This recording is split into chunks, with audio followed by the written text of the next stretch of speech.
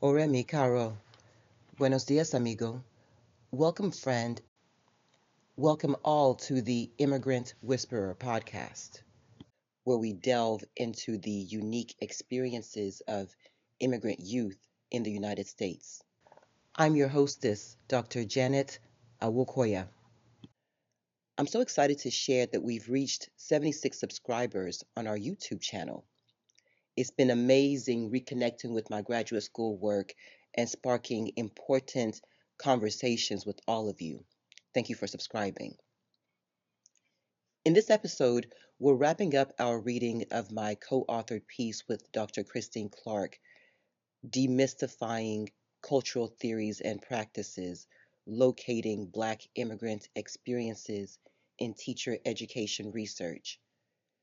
Join us in this last reading of the article as we learn about the limitations of existing theories and the need for more nuanced approaches to understanding the complex identities and experiences of Black immigrant students. For those following along, I will be reading from page 56 of the article. Let's begin. Face, because of their color, immigration status, language, cultural traditions, and socioeconomic class? What tools does CCT prepare teachers to offer these students to enable them to successfully transact various forms of discrimination? Further, considering the gross overrepresentation of white middle-class female teachers and white middle-class female teacher education students, how comfortable, confident, and capable are these teachers? Will these future teachers be in teaching about and further in interrogating especially the controversial aspects of race, ethnicity, socioeconomic class, sexual orientation, and other dimensions of cultural identity, especially if they themselves have never been taught in these areas, much less had organic experience managing discrimination on the basis of membership in non-dominant groups in these and other identity categories? Absent this preparation, teachers, especially white teachers, cannot, despite a culturally responsive instructor or multicultural educator label, adequately prepare their students to negotiate their culturally informed academic and professional selves in a politically and economically charged racist society. Limitations of CRT. The United States was and continues to be constructed and organized around race and racism.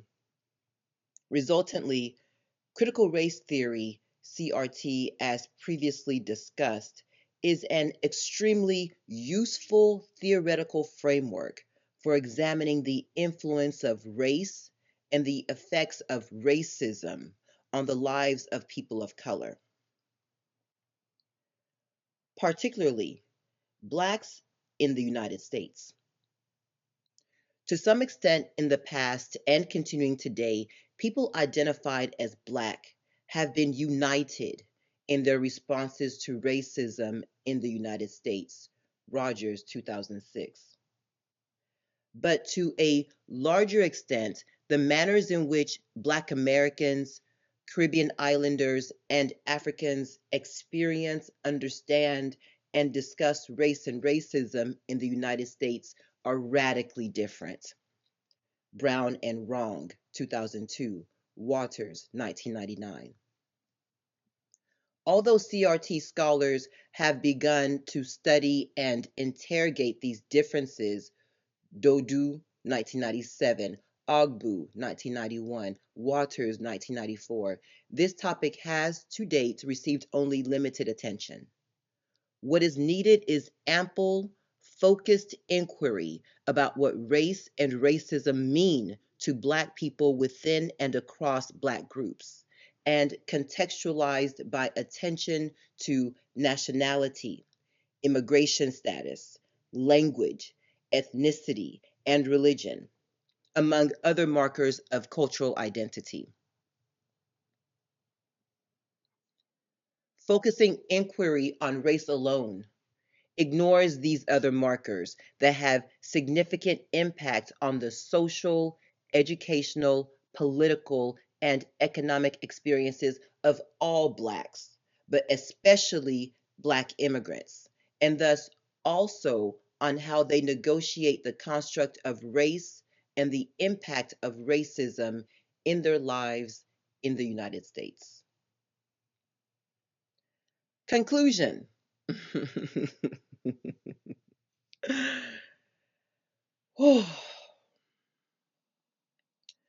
Cultural Ecological Theory, CET, Culture-Centered Theory, CCT, and Critical Race Theory, CRT, all shed light on the sociocultural and educational experiences of Black immigrant youth. But there is much more light to be shed, and unfortunately, CET, CCT, and CRT show their illuminatory limitations in a number of ways.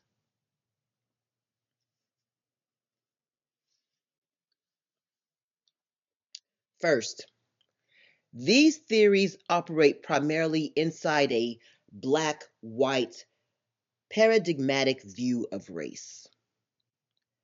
Though this decidedly US-based view is widely influential, having major impact on race relations both historically and continuing today, both inside the United States and beyond its borders, due to the influence, for better and for worse, of the United States abroad, focusing strictly on this binary ignores realities of racial, ethnic, and cultural identity and interaction, as well as potential alliances and increasing tensions between and among people of color. Martinez, 2000, Nieto and Bode, 2007. Second,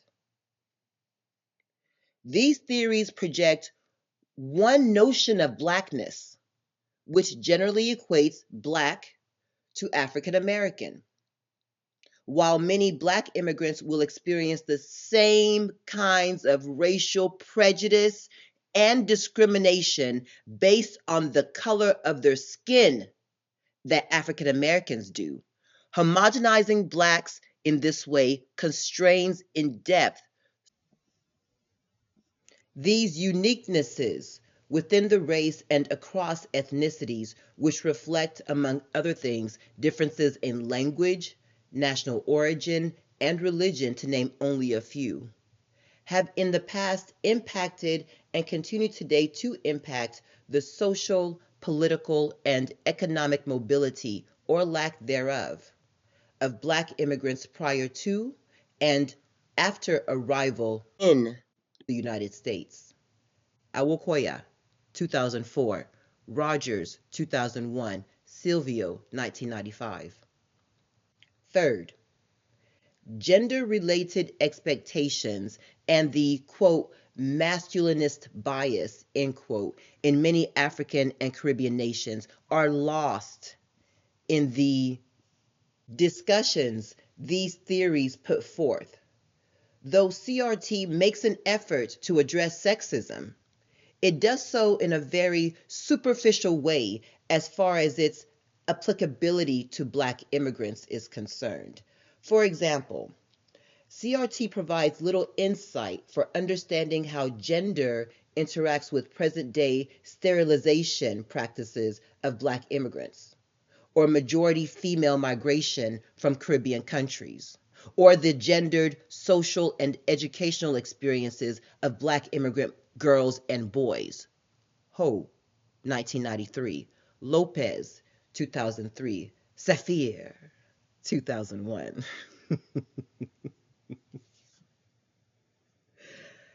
Summation. As the number of Black immigrants continue to rise in the United States, it is important to recognize the impact of their presence in American communities and schools, especially the specific, unique needs of students who come from these populations. Individually, the theories examined herein offer useful insights for understanding the experiences of Black immigrant youth. However, they are not focused enough nor robust enough to capture the socio-cultural and educational experiences of Black immigrant youth in meaningful ways. Future theoretical and empirical studies of Black immigrants and their school-aged children must focus on elucidating understandings of the intricacies of Black immigrants' ethnic and racial identification. These studies must also explore the strengths and limitations inherent in Black immigrant strategies for adapting to life in the United States, because such exploration can positively inform the patterns of adaptation that other racialized immigrant groups may choose. Finally, further research must examine the social and economic positions of Black immigrants in their native countries, focusing on differences that emerge on the basis of national origin, as well as national origin vis-a-vis ethnic identity and gender norms, and then link this research to that seeking explanations of Black immigrant experiences within the United States. In this way, U.S.-specific understanding of Black immigrants and their children's educational needs will become more nuanced, more thorough, that is, diasporic rather than episodic in orientation, and ultimately more accurate both pre and post immigration. With such understanding in hand, the schooling experiences of Black immigrant youth in particular, but all Black youth in general, can be systematically improved and sustained. We have reached the conclusion of this reading. Thank you for listening, and I'll see you in the next reading. Peace. In the next episode, I will be reading another co-authored piece with my mentor and friend, Dr. Immaculée Harushimana, that we published back in 2011 in the Journal of Praxis in Multicultural Education, Article 6, African-Born Immigrants in U.S. Schools, an Intercultural Perspective on Schooling and Diversity. We'll see you there. Peace.